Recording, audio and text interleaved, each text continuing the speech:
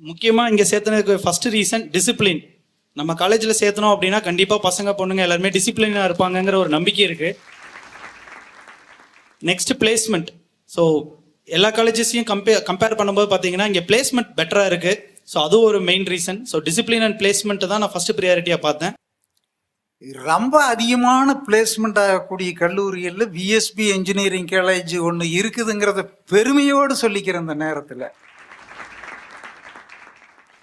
உங்களுடைய பெற்றோர்களுடைய தியாகத்தை, அவங்களுடைய ஆசையை, அவங்களுடைய கனவை, அவங்க உங்க மேல வச்சிருக்கிற அக்கறையை அத்தனையும் பூர்த்தி பண்ண வேண்டிய ஒரு கட்டத்தில் நீங்க இருக்கிறீங்க. நீங்க முன்னேறணும், அது ரொம்ப முக்கியம்.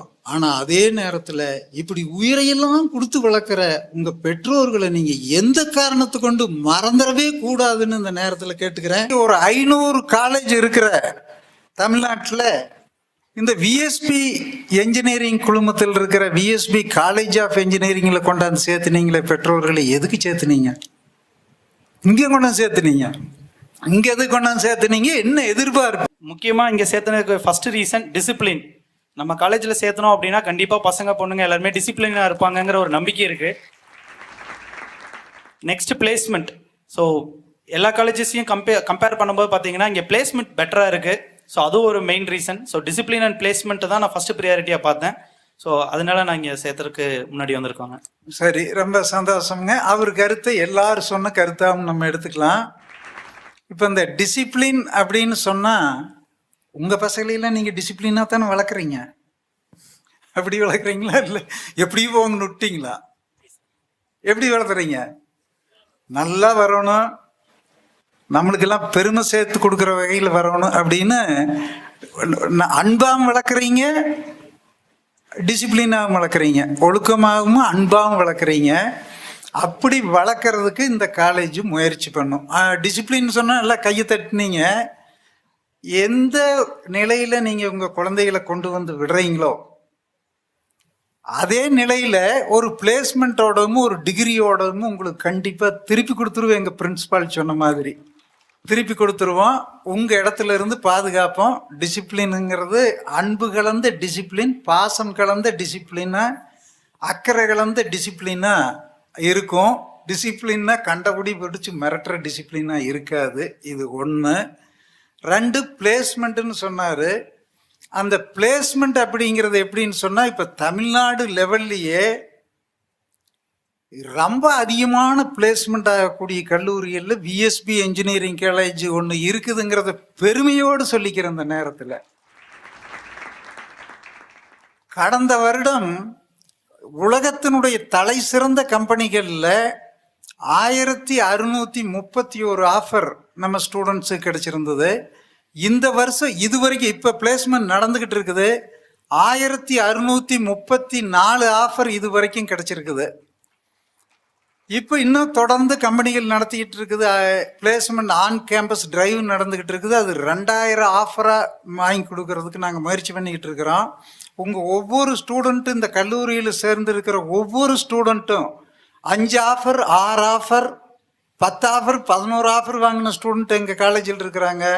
அந்த அளவு ஆஃபரோட போகிறதுக்கு நாங்கள் ஏற்பாடு பண்ணிடுவோம் அப்படிங்கிற உறுதிமொழியையும் இந்த நேரத்தில் நான் உங்களுக்கு கொடுக்குறேன். அடுத்ததாக இதையெல்லாம் கொடுக்குற நேரத்தில் உங்களுடைய ஒத்துழைப்பும் ரொம்ப முக்கியம். மாணவர்களுடைய ஒத்துழைப்பு, பெற்றோர்களுடைய ஒத்துழைப்பு. இப்போ எல்லாருக்கும் முயற்சி பண்ணி முன்னுக்கு வந்துடணுங்கிற எண்ணம் இருக்கும். முன்னுக்கு வரணுங்கிற எண்ணம் இருக்கும். முன்னுக்கு வரணும் அப்படின்னா, முன்னுக்கு வர்றதுன்னா என்ன? முன்னுக்கு வர்றதுன்னா என்னங்க? முன்னுக்கு வர்றதுன்னா என்ன?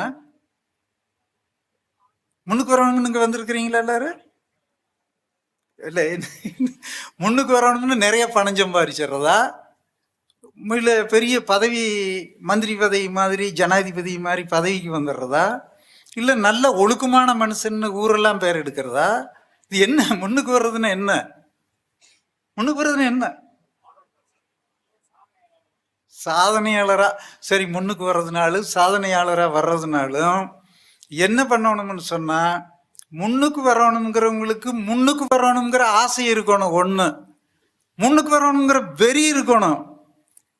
அந்த வெறியை நோக்கி தளராத விடாத முயற்சி பண்ணணும். அந்த முயற்சி பண்ணும்போது ஏற்படுற தோல்வினால व्यसனம் பிடிச்சி சோர்ந்து போய் கவலைப்பட்டு துக்கப்பட்டு உட்கார்ந்து கூடாது. அதனால முதல்ல மாணவர்களே, நீங்க என்ன ஆகணும்னு முதல்லயே நினைச்சுக்குங்க. அந்த ஆசையை மனசுல வளர்த்துக்குங்க. முதல்ல நான் அமெரிக்காவில் போய் பயங்கரமா 5 லட்சம் சம்பளத்தில் செட்டில் ஆயிரணும்னு இப்பவே ஆசைப்படுங்க. இல்லைன்னா ஒரு பெரிய இண்டஸ்ட்ரி ஆரம்பிச்சு தனியா ஏரோப்ளான் வாங்கிக்கிட்டு பெரிய பணக்காரன் ஆயிரணும்னு நினைங்க. அல்லது இந்த நாட்டினுடைய ஜனாதிபதி ஆயிரணும்னு நினைங்க. அல்லது தாமஸ் ஆல்வா எடிசன் மாதிரி ஒரு பெரிய கண்டுபிடிப்பாளர் ஆயிரணும்னு நினைச்சிருங்க. இப்படி நீங்க ஒரு பெருசா நினைச்சுக்கிட்டு பெரிய முயற்சி எடுங்க, விடாமுயற்சி எடுங்க, சோராத முயற்சி எடுங்க. தோல்வி வரும்போது பயந்துராதீங்க. இப்படிப்பட்ட முயற்சி எடுத்தீங்கன்னா வரலாம்.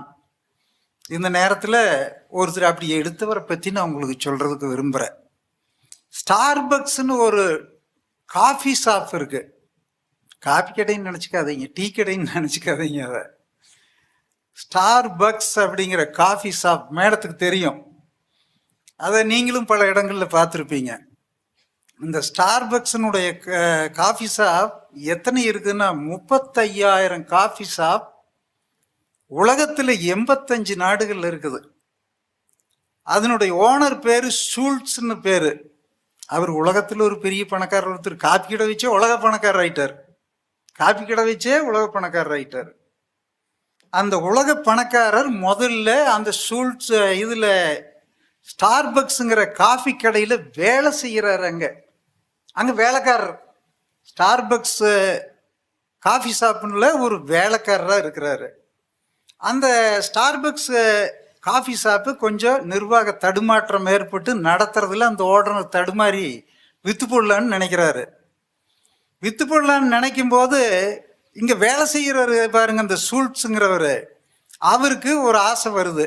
இந்த காஃபி ஷாப்பையே நம்ம வாங்கிடுவோம், வாங்கி நடத்துவோம் அப்படின்னு எண்ணம் வருது. பணத்துக்கு எங்க போறதுங்க? அவரோ ஓனர் நடத்திக்கிட்டு இருக்கிறாரு. ஓனர்னா 1-2 அல்லாத 35,000 கடை நடக்குது. 35,000 கடை நடக்குது. அப்பவே ஆயிரக்கணக்கான கடை நடத்திக்கிட்டு இருந்தாரு, 100கணக்கான கடை நடத்தினாரு. இதுக்கு பணத்துக்கு எங்க போறதுன்னு பார்த்தாரு. சரி, அப்போ அவருக்கு ஆசை ஓயில. நான் சொன்னேன்ல, நீங்க எல்லாம் தனியா ஏரோப்ளான் வாங்கிட்டு பெரிய பணக்காரராகி போகணும்னு, அது என்னுடைய ஆசை, உங்களுடைய ஆசையை அப்படி வச்சுக்குங்க. அவருக்கு இந்த கடை வாங்கிடலான்னு ஆசை வந்துடுது. அங்க வேலை செய்யற ஒரு ஆளுக்கு பேராசை. அப்படின்னு நான் சொல்ல மாட்டேது, நடந்தது. அப்புறம் என்ன பண்ணாருன்னா, அதுக்கு பணத்துக்கு எங்க போறதுன்னு பார்த்தாரு. சரி, எப்படியாவது புரட்டிடலாங்கிற ஒரு தன்னம்பிக்கை விடாமுயற்சி எடுத்தாரு. ஃப்ரெண்ட்ஸு கிட்ட கேட்டாரு, அட போடா பைத்தியாரா, நீ அங்க வந்து காஃபி ஷாப்ல பண்ணிட்டு திரியிறியா, நீ போய் உலகம் பூரா கடை வைக்கிறதா சொன்னாது நோ அப்படின்ட்டாங்க. 5 பேர்த்திட்ட கேட்டாரு, சொந்தக்காரர்கிட்ட கேட்டாரு, பேங்குக்கு போனாரு, ஃபைனான்சியர்கிட்ட போனாரு, ஊரா தேடினாரு. இப்படியே கேட்டாரு. 5 பேர்த்துக்கிட்ட கடன் கேட்டாரு, 10 பேர்த்துக்கிட்ட கேட்டாரு, 20 பேர்த்துக்கிட்ட கேட்டாரு, 50 பேர்த்துக்கிட்ட கேட்டாரு, 100 பேர்த்துக்கிட்ட கேட்டாரு, 200 பேர்கிட்ட கேட்டாரு. எல்லாரும் கையை விரிச்சிட்டாங்க. அப்பவும் அவர் கண்டுக்கவே இல்லை, தொடச்சிட்டு போய்கிட்டே இருந்தாரு. டேய், நீ எங்கடா வந்து இவ்வளவு பெரிய கடை நடத்துற? போன பக்கமெல்லாம் இதுதான் அவருக்கு கிடைச்ச மரியாதை, இதுதான் அவருக்கு கிடைச்ச அவமானம். அதை பத்தி அவர் கண்டுக்கவே இல்லை. தொடர்ந்து முயற்சி பண்ணாரு. 250வது ஆளுகிட்ட போய் சொன்னாரு, டேய் கொஞ்சம் கடன் கொடுறா, நான் இந்த கடையை வாங்கிக்கிறேன். சரிடா, நீ இவ்வளவு தூரம் சொல்ற, கொடுத்துறன்னு முதல் கடன் கிடைஞ்சது. இந்த முதல் கடன் கிடைச்ச உடனே அப்படியே தொடர்ந்து கேட்டுக்கிட்டு போய் கொஞ்சம் முதலீட்டை ரெடி பண்ணிட்டாரு. கடையை ஆரம்பிச்சாரு. கடையை ஆரம்பிச்சு படிப்படியா விரிவுபடுத்தி இன்னைக்கு வந்து உலகம் பூரா ஸ்டார்பக்ஸுங்கிற காஃபி ஷாப் இருக்கு. உலக பணக்காரர்கள் ஒருத்தர் ஆயிட்டாரு. அவருடைய கதை நம்மளுக்கு சொல்றது என்னன்னா, நீங்க வந்து பெருசா கனவு காணுங்கள், திங்க் பிக். அதுக்கு தகுந்த மாதிரி முயற்சி எடுங்க, விடாமுயற்சி எடுங்க. தோல்வி வரும்போது பயந்துராதீங்க. தோல்விதான் உங்களுக்கு வெற்றிக்கு முதல் படி. அந்த படிப்படியே ஏறித்தான் போக முடியும். எடுத்ததையும் நீங்க வெற்றி போய் பிடிச்சிட முடியாது. படிப்படியா தான். எப்படி குழந்தை முதல்ல கண்ணை முழிச்சு பார்த்து தவுந்து பழகி, நடந்து பழகி, ஓடி பழகி, பெருசா வளர்ந்து முன்னுக்கு வர்றாங்களோ, அதே மாதிரி அன்பிற்குரிய மாணவர்களே, உங்களுக்கு அந்த நேரத்தில் கேட்டுக்கிறேன், நீங்க தோல்வி அடையும் போது எந்த காரணம் கொண்டு கவலைப்பட்டு விடாதீர்கள். இது ஒன்றாவது விவரம். ரெண்டாவது விவரம், இந்த சோசியல் மீடியா செல்ஃபோன் எங்கள் பிரின்சிபால் சொன்ன மாதிரி அதை கொஞ்சம் அளவோடு வச்சுக்குங்க. அளவில்லாமல் சோசியல் மீடியாவின் மொபைல் ஃபோனை யூஸ் பண்ணிங்கன்னா உங்களை பைத்தியக்காரனா மாற்றி போடும். பல பேர்த்து இப்போ எல்லாரும் ஃபோனையே பார்த்துட்டு இருப்பேன். சித்த நேரம் கூட காலேஜுக்குள்ளே உட்காந்தாலும் ஃபோனையே பார்த்துட்டு வந்துருக்கேன். இந்த கிளாஸ் நடக்குது, அங்கே ஃபோன் தான் பார்த்துட்டு வந்திருக்கேன். எல்லாருமே சின்ன குழந்தை சாப்பிட்றதுக்கு அம்மா ஃபோனை கொடுத்து தான் காட்டுறாங்க. உங்களுக்கு தெரியுமே, இப்போ பையன் அழுவாச்சு நிறுத்துறதுக்கு ஃபோனை தான் காட்டுறது, சாப்பிட்றதுக்குமே அதை காமிச்சு தான் சாப்பிட வைக்கிறது. அன்னைக்கு ஆரம்பிக்கிறது என்னைக்கு பார்த்தாலும் இதில் ஆஃபீஸில் வேலை செய்யலையும் போனத்தை எடுத்து வச்சுட்டு வந்திருக்கேன். அதனால அன்பிற்குரிய மாணவர்களே, செல்ஃபோனை பயன்படுத்த வேண்டான்னு நான் சொல்ல மாட்டேன், கவனமாக பயன்படுத்துங்க. சோசியல் மீடியாவை பயன்படுத்த வேண்டான்னு நான் சொல்ல மாட்டேன். எங்கள் பிரின்சிபால் சொன்ன மாதிரி கவனமாக பயன்படுத்திக்கங்க. இல்லைன்னா அது கொண்டு போய் உங்களை வம்பில் இழுத்துவிட்டு உயிரையே குடித்தாலும் குடிச்சிரும். நாங்கள் எடுக்கிற அத்தனை முயற்சியும் உங்கள் பெற்றோர்களுடைய கனவும் ஆசையும் எல்லாமே குடிச்சுவராக போயிடும். அதனால நீங்கள் தயவு செஞ்சு மொபைல் ஃபோனையுமே சோசியல் மீடியாவையும் அளவாக பயன்படுத்திங்கன்னு நான் கேட்டுக்கிறேன். இந்த உலகத்தில் உச்சியை தொட்ட அத்தனை பேருமே படிக்காத குடும்பத்தில் மிக ஏழ்மையாக பிறந்தவன் தான். அதுக்கு உதாரணம் Abraham Lincoln, Abdul Kalam, Arnold Schwarzenegger உட்பட, தாமஸ் ஆல்வா எடிசன் உட்பட அத்தனை பேருமே கீழே இருந்து உச்சத்துக்கு போனவங்க தான். அதனால அன்பிற்குரிய மாணவர்களே, நீங்கள் ரெண்டாவது தாழ்வு மனப்பான்மையை இன்னைக்கு தூக்கி வெளியில் போட்டுருங்க. இந்த மூணையும் விடாமுயற்சி, தாழ்வு மனப்பான்மை விட்டுறது, சோசியல் மீடியா ஃபோனையெல்லாம் ஒழிச்சிடுறது, இதையெல்லாம் கடைபிடிச்சிங்கன்னா நீங்கள் வாழ்க்கையினுடைய உச்சத்தையே போய் கண்டிப்பாக தொற்றுவீங்க. நம்ம மாணவர்கள் தொற்றுவாங்க. இந்த துவக்கத்தில் சொன்ன மாதிரி நம்ம 10,000 இன்ஜினியர்கள் நம்ம கல்லூரியில் படித்து போட்டு போய் அமெரிக்கா, ஆஸ்திரேலியா, கனடா, இங்கிலாந்து உட்பட அத்தனை நாடுகள்லையும் இருக்கிறாங்க. மாதத்துக்கு பல லட்சம் சம்பாதிக்கிறாங்க, 10 லட்சம் 15 லட்சம்னு. அதில் ஒருத்தராக நீங்கள் வருவீங்க, அதை விட பெரிய ஆளாக கூட வருவீங்க. அதனால நீங்கள் விடாமுயற்சியும் தொடர் முயற்சியும் தன்னம்பிக்கையோட முயற்சி பண்ணுங்க. அடுத்து இன்னும் ஒரு விஷயங்களை மட்டும் நான் சொல்லிக்கிறேன். உங்கள் அப்பா அம்மாவை பற்றி உங்களுக்கெல்லாம் என்ன தெரியும்? பக்கத்தில் வந்துருக்குறாங்களே, இந்த அப்பா அம்மாவை பற்றி என்ன உங்களுக்கு தெரியும்? என்ன தெரியும்? அப்பா அம்மா படுற கஷ்டத்தை, உங்கள் மேலே வச்சிருக்கிற பாசத்தை, உங்கள் மேலே வச்சிருக்கிற அக்கறையை, உங்களுக்காக பண்ணுற தியாகத்தை யாராவது இது வரைக்கும் நினச்சி பார்த்துருக்குறீங்களா? யாராவது நினைச்சு பார்த்துருக்கிறீங்களா? இன்னைக்கு வரைக்கும் நினைச்சிருப்போமா? நாளைக்கு தான் நினைப்போமா? நினைக்கவே மாட்டோம். அவங்க உங்க மேல வச்சிருக்கிற அக்கறை, அவங்க உங்க மேல வச்சிருக்கிற பாசம், அவங்க உங்க மேல வச்சிருக்கிற பிரியம், அவங்க உங்களை மேல வச்சிருக்கிற கனவு, அவங்க உங்களுக்கு வச்சு பண்ற தியாகம், இதையெல்லாம் யாராவது என்னைக்காவது நினைச்சு பார்த்துருக்குமா? பெத்தவங்களுக்கு எப்ப பார்த்தாலும் குழந்தைகளை பத்தியே தான் ஞாபகம். வெளியில் கொண்டு போய் விட்டா வீடு வந்து சேருவானான்னு ஒரே கவலை. கீழே விழுந்துட்டான்னா ஐயோ அம்மான்னு அலறுனா இங்கே கப்புன்னு நெஞ்சே அடைச்சிக்குது. கீழே விழுந்து ஐயோ அப்படின்னு சத்தம் கேட்டால் போதும், உடனே சாப்பிட்டாலும் குளிச்சாலும் கை கழுவாமல் ஓடி அங்கே ஓட சொல்லுது. காலங்காத்தால பனி பெஞ்சுன்னா சொட்டர் போட்டு கட்டி பிடிச்சி கொண்டு போய் பள்ளிக்கூடத்தில் விட்டு வர சொல்லுது. பஸ் ஏற்றி பக்கத்துலேயே நின்று ஏற்றி விட சொல்லுது.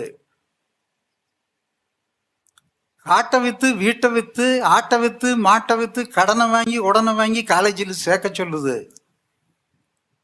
என்னாரும் உங்களையே நினைக்க சொல்லுது. அவியலை பற்றி நினைக்கிறதே கிடையாது. ஒரு பக்கம் ஒரு கடைக்கு போனாங்கன்னா, ஒரு பொருளை பார்த்தாங்கன்னா உடனே நம்ம ராமசாமிக்கு ஆகுமே, நம்ம பையனுக்கு வாங்கலான்னு தான் வாங்க சொல்லுது. அவியலுக்கு வாங்க சொல்றது இல்லை. ஒரு துணி கடைக்கு போனாங்கன்னா, இந்த சுடிதார் எடுத்தா நம்ம பொண்ணுக்கு போட்டால் நல்லா இருக்குமேன்னு தான் நினைக்க தோணுது. நாம வாங்கிக்கணும்னு நினைக்கிறதே இல்லை. அப்படிப்பட்ட மாபெரும் தியாகம் உலகத்தில் உங்களுக்கு எங்க போனாலும் கிடைக்கவே கிடைக்காது. அதனால அன்பிற்குரிய மாணவர்களே, உங்களுடைய பெற்றோர்களுடைய தியாகத்தை, அவங்களுடைய ஆசையை, அவங்களுடைய கனவை, அவங்க உங்க மேல வச்சிருக்கிற அக்கறையை அத்தனையும் பூர்த்தி பண்ண வேண்டிய ஒரு கட்டத்தில் நீங்க இருக்கிறீங்க. அதனால உங்களுக்கு இதுல ஒரு உதாரணத்தை சொல்றேன். செங்கல்பட்டு பக்கத்துல சிங்கப்பெருமாள் கோயில்னு ஒரு ஊரு. அந்த ஊர்ல ஜெய் கணேசன் ஒரு பையன், அவ 10வது படிச்சுக்கிட்டு இருக்கிற. அவ அம்மா பேரு சாந்தி. வழக்கம் போல தினம் விளையாடுறதுக்கு போவேன். விளையாடுறதுக்கு போகும்போது ஒரு நாள் என்ன ஆச்சுன்னா, அந்த விளையாடிக்கிட்டு இருக்கும்போது அவனுக்கு நெஞ்சு அடைச்சு அங்கேயும் உயிர் போயிடுச்சு. உயிர் போன உடனே எல்லாரும் போய் தூக்கிட்டு வர்றாங்க. தூக்கிட்டு வந்து நடு வீட்டில் போய் இதில் கண்டலன்ஸ் நடந்துக்கிட்டு இருக்குது. அவங்க அம்மாவில் அங்கேயே இருக்கிறாங்க. அந்த சாந்தி ஒன்று தலையெல்லாம் விரிச்சு போட்டுட்டு அழுதுகிட்டு இருக்கிறாங்க. என்ன பண்ண முடியும்? அழுதுகிட்டு இருக்கிறாங்க. கொஞ்ச நேரத்தில் கழிச்சு பார்த்தா அந்த அம்மாளுக்கு உயிர் போயிடுச்சு. மகனுக்கு எப்போ உயிர் போனதை பார்த்தாங்களோ அப்பவே அந்த அம்மாளும் உயிர் விட்டுட்டாங்க. அதே மாதிரி நிறைய நிறைய நிறைய சம்பவங்கள். சமீபத்தில் ஒரு குழந்தைய 3 வருஷத்து குழந்தை பாம்பு கடிச்சு போடுது. அந்த பாம்பு கடிச்ச உடனே அந்த குழந்தை பாம்பு கடிச்ச உடனே ஆஸ்பத்திரிக்கு கொண்டு வராங்க. ஆஸ்பத்திரி ட்ரீட்மெண்ட் எல்லாம் கொடுத்து ஒன்றும் ஆகல, செத்து போச்சு. செத்த உடனே என்ன பண்றாரு டாக்டர், நாங்கள் போஸ்ட்மார்ட்டம் பண்ணணும், இதுதான் முறை அப்படின்னு சொல்றாரு. முறைன்னு சொன்ன உடனே அவங்க பாட்டி அங்க வந்தாங்க. என்னுடைய பேரனை நீங்க ஆபரேஷன் பண்றீங்களா? ஆபரேஷன் பண்றதுன்னா உடம்பையெல்லாம் போட்டு கிழிப்பீங்களா? கிழிச்சு எல்லாம் அறுத்து பார்ப்பீங்களா? ஐயோ சாமி, ஆபரேஷன் பண்ண வேண்டாம்னு டாக்டர் கால் விழுந்து கதறாங்க. அப்படின்னா நீங்க நினைச்சு பாருங்க, உங்க பெற்றோர்களுடைய தியாகத்தை, அக்கறைய, உங்க மேல வச்சிருக்கிற பிரியத்தை நினைச்சு பாருங்க. போஸ்ட்மார்ட்டம் பண்ண வேண்டாம்னு அந்த அம்மா டாக்டருடைய காலில் நெடுவு விழுந்து கெஞ்சுறாங்க. தன்னுடைய மகன் செத்து போனான்னு கேள்விப்பட்ட உடனே ஒரு அம்மா உயிரையே விட்டுறாங்க. இப்படிப்பட்ட சம்பவங்கள் தினசரி நடந்துகிட்டு இருக்குது. அதனால அன்பிற்குரிய மாணவர்களே, நான் உங்களை தயவு செஞ்சு கேட்டுக்கிறேன், என்னைக்கும் எந்த காரணத்தை, இன்னும் கொஞ்ச நாள் போச்சுன்னா உங்க பெற்றோர்கள் நடக்க முடியாம போவாங்க, தடி போட்டுக்கிட்டு போவாங்க, உங்களுக்கு உதவாதவங்களாம் போவாங்க. அந்த நேரத்திலையும் நீங்க அவங்களை எந்த காரணத்தை கொண்டும் கைவிட்டு வேண்டாம் என்று இந்த நேரத்தில் கேட்டுக்கிறேன். நீங்க முன்னேறணும், நீங்க முன்னேறணும், அது ரொம்ப முக்கியம். ஆனா அதே நேரத்துல இப்படி உயிரையெல்லாம் கொடுத்து வளர்க்குற உங்க பெற்றோர்களை நீங்க எந்த காரணத்தை கொண்டு மறந்துடவே கூடாதுன்னு இந்த நேரத்துல கேட்டுக்கிறேன். அடுத்து இன்னும் ஒரே ஒரு விவரத்தை மட்டும் சொல்லிடுறேன். கடந்த சில நாளைக்கு முன்னாடி எங்க கரூர் காலேஜில் first year induction program freshers day நடந்தது. நான் எப்பவுமே எங்கள் பிரின்ஸிபால் சொன்ன மாதிரி 24 மணி நேரம் பசங்களை கவனிச்சுக்கிட்டே இருப்பேன். பசங்களை கவனிச்சுன்னா அவங்களுக்கு சாப்பாடு நல்லா இருக்குதா, உடம்பு நல்லா இருக்குதா, சாப்பாடு நல்லா இருக்குதான்னு சொல்லி முதல்ல 5 ஸ்டார் ஹோட்டல் மாதிரி ஒரு எங்கள் ஸ்டாஃப் எல்லாம் சாப்பிட்டு உப்பு கம்மியாக இருக்குது, காரம் கம்மியாக இருக்குது, புளிப்பு கம்மியாக இருக்குது அப்படின்னு ஒரு வாட்ஸ்அப் குரூப்பில் போடுவாங்க. இதை நான் பார்த்துக்கிட்டே இருந்துட்டு ஏன் உப்பு கம்மின்னு போடுவேன். அதுக்கு அங்கே இருக்கிற ஹெட் குக்குமே அந்த மெஸ் மேனேஜரும் பதில் போடுவாங்க, சார் அடுத்த தடவையிலேருந்து நாங்கள் கரெக்டாக போட்டுறோம்னு. அதே மாதிரி ஒரு ஸ்டூடெண்ட்டை உடம்பு சரியில்லாமல் வெளியில் எடுத்துகிட்டு போனால் ஃபீவர் அண்ட் வாமிட்டிங்னு போட்டால் வாட் டைப் ஆஃப் வாமிட்டிங்னு நான் போடுவேன். It is ordinary one sir, there is no சீரியஸ்னஸ், ஒன்றும் சீரியஸ் இல்லைன்னு போடுவாங்க. இப்படி நான் தொடர்ந்து பார்த்துக்கிட்டே இருப்பேன். ஃபஸ்ட் இயர் கிளாஸ் நடக்குது, நிறைய காரு 200-300 கார் வந்து உள்ளே, அங்கே மொத்தம் 1000 அட்மிஷன் ஆயிடுச்சு. இங்கே 500 பேர் இருக்கிறாங்கன்னா அங்கே 1000 பேர் சேர்ந்துட்டாங்க. 3000-4000 பேர் கூட்டம், பெரும் கூட்டம் வந்துச்சு. சரி, இதுக்கெல்லாம் சரியாக சாப்பாடு கிடைக்குதா, சரியான வசதி பண்ணி கொடுத்துருக்குறாங்களான்னு பார்த்துட்டு உட்காந்துருக்குறேன். சாயங்காலம் 8 மணிக்கு சிசிடிவியில் இதை கவனிச்சுக்கிட்டு இருக்கிறேன். வாட்ஸ்அப்லேயும் சிசிடிவிலையும் நேர்லையும் கவனிப்பேன். நான் குடியிருக்கிறத இங்கே தான் குடியிருக்கிறேன். இங்கே ஒரு கெஸ்ட் ஹவுஸ் இருக்குது, அதுக்குள்ளே படுத்துக்குவேன். கரூரில் ஒரு வீடு இருக்குது, அங்கே போய் படுத்துக்குவேன். சாயங்காலம் ஆன உடனே சிசிடிவி ஓப்பன் பண்ணி பார்க்குறேன், எல்லாம் போயிட்டாங்களா, நல்லா பசங்களாம் செட்டில் ஆகிட்டாங்களான்னு. எங்கள் பாய்ஸ் ஹாஸ்டல் இதில் முன்னால் ஒரு 100 பெற்றோர்கள் வந்துருக்குறாங்க. என்ன ஆச்சு அப்படின்னு எனக்கு ஒரே சந்தேகமாக போச்சு. வர்றவங்களை தான் போட்டு காக்கடிக்கிறாங்களா, அந்த ஃபார்மாலிட்டிஸ் நடக்கிறதுல தான் போட்டு இழுத்தடிக்கிறாங்களான்னு எனக்கு சந்தேகம் வந்துருச்சு. நான் உடனே வார்டனுக்கு ஃபோன் பண்ணி, ஏன் இழுத்தடிச்சு குறை வைக்கிறீங்க, இல்லை ஊருக்கு போய் சேரணும் நேரங்காலமேன்னு கேட்டால் அவர் சொல்கிறாரு, ஒன்றுமே நாங்கள் குறை வைக்கல சார், அவைய பசங்களை விட்டுட்டு பிரிஞ்சு போகிறதுக்கு மனம் இல்லாமல் இங்கேயே கோந்துட்டாங்கன்னாரு. எல்லாம் முடிஞ்சு காலங்காத்தால வந்தவங்க நைட் 8 மணிக்கு ஹாஸ்டல் முன்னாலேயே உட்காந்துருக்குறாங்க. அதனால அன்பிற்குரிய பெற்றோர்களை இந்த நேரத்தில் சொல்லிக்கிறேன், நீங்க எல்லாம் கவலையே படாதீங்க. நீங்க எந்த அளவுக்கு உங்க பசங்க மேல, அதனாலதான் அவர் எங்க பிரின்சிபால் சொன்னாரு, வாரம் 2 தடவை ஸ்வீட்டு, வாரம் 2 தடவை என்வி, வாரம் 2 தடவை முட்டை, அப்புறம் சீசனல் ஃப்ரூட்டு, சர்ப்ரைஸ் ஃபுட்டு எல்லாம் கொடுங்க. அவங்களுக்கு யாரு, பசங்களுக்கு யாரு, நம்ம தானே பேரண்ட்டு. அவங்க அப்பா அம்மா பண்ணி கொடுப்பாங்க.